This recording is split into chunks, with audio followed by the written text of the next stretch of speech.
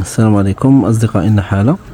إذا نشوفوا هنا النحل راه يرعى على شجرة الموليس، وفي بعض المناطق اللي يقولها قريوسة والزعرورة إلى غير ذلك.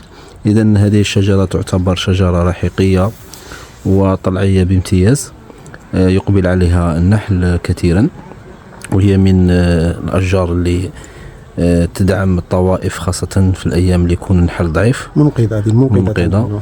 وأيضا من مميزاتها أنها شجرة تتحمل الجفاف وصعوبة المناخ، مام تثمر بكميات كبيرة. شو البوس تاعها؟ البوس تاعها شعل فيه من ثمرة.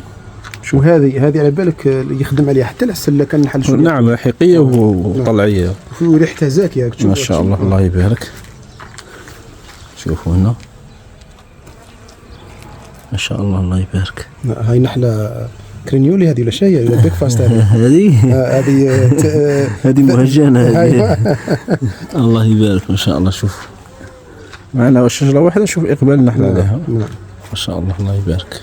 ولا درك نشوفوا كاش نحلة لون حبوب اللقاح.